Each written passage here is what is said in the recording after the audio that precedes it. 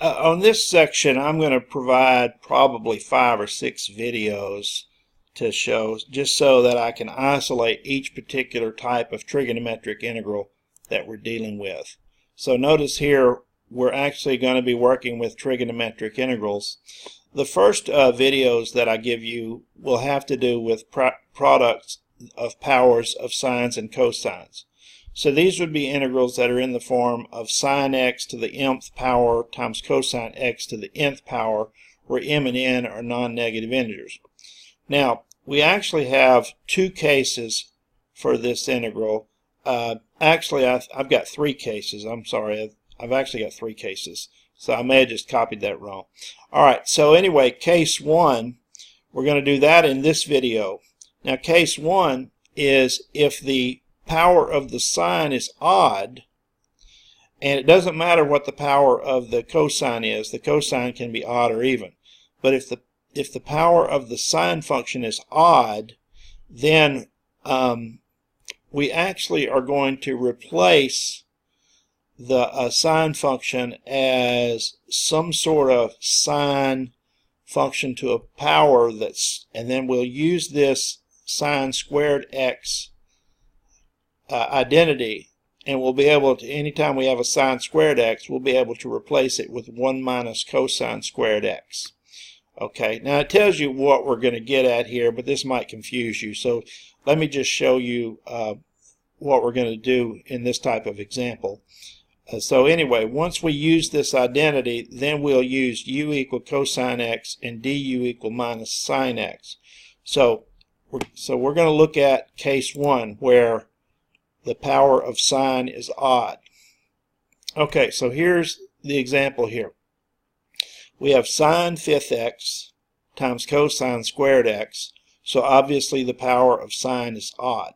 So what I'm going to do is I'm going to factor a sine out of this and put it over here with the dx.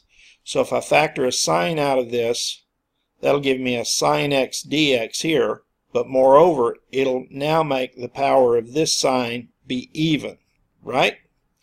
Okay, so now since this power is even, I can actually write this as sine squared to some power. Well, since this is the 4th power, I can write it as sine squared squared. Now, if this had been the 6th power, I could write it as sine squared cubed. And again, if it was the 8th power, I could write it as sine squared to the 4th, and so on. But it's sine to the 4th, so we're just going to write it as sine squared squared. Now I can do this, I can replace this sine squared with 1 minus cosine squared x. So instead of sine squared squared, I have 1 minus cosine squared quantity squared. Okay, so now I can let u, like it says to do, we can let u equal cosine x. Now if I let u equal cosine x, that'll mean that's 1 minus u squared quantity squared times u squared. Alright, but there is one little thing I have to check on. What is du? Well, du would be minus sine x dx. So what I'm going to have to do, since I've only got sine x dx here, so what I've got to do is I've got to multiply that by -1 so that it's minus sine x dx. And if I have to do that, then I also have to multiply on the outside by -1. Okay, so now by multiplying this by -1, it's actually my du. So if I don't do that, I don't really have the du in the integral. So now I have the du. The minus sine x dx is the du. So now we can go ahead and rewrite this. Remember, I had to multiply on the outside by -1. And then the 1 minus cosine squared squared is 1 minus u squared quantity squared, and then times u squared. Now all I'm going to do now is just square this binomial. So I'm going to square 1 minus u squared, and when I square it, I get 1 minus 2u squared plus u to the 4th. And then I'm going to have to distribute the u squared through. So if I distribute the u squared times that trinomial, I get u squared minus 2u to the 4th plus u to the 6th. And of course I have a minus out here. Okay, now, since this is a polynomial of u times du, we can just use the power rule to evaluate these terms. So if I integrate u squared, I get u cubed over 3. If I integrate u to the fourth, I get u to the fifth over 5, and that had a 2 with it, so it's minus 2 u to the fifth over 5. And then if I integrate u to the sixth, that integrates to u to the seventh over 7. And now I'm going to go ahead and replace my u with my cosine x that I had up here, but I'm also going to distribute the negative through at the same time.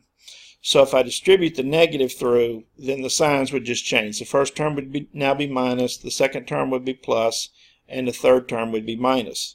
And then of course replace u here, you get cosine x quantity cubed all over 3 with a minus in front of it. And then here you'll get 2 times cosine of x to the fifth power over 5. And then here you'll get minus cosine x to the seventh over 7 plus a constant. So that's the case 1 where m is odd. So that's how you handle these products of powers of sines and cosines when the power of the sine function is odd. The next case we'll look at this case 2. So I'll look at case 2 in the next video.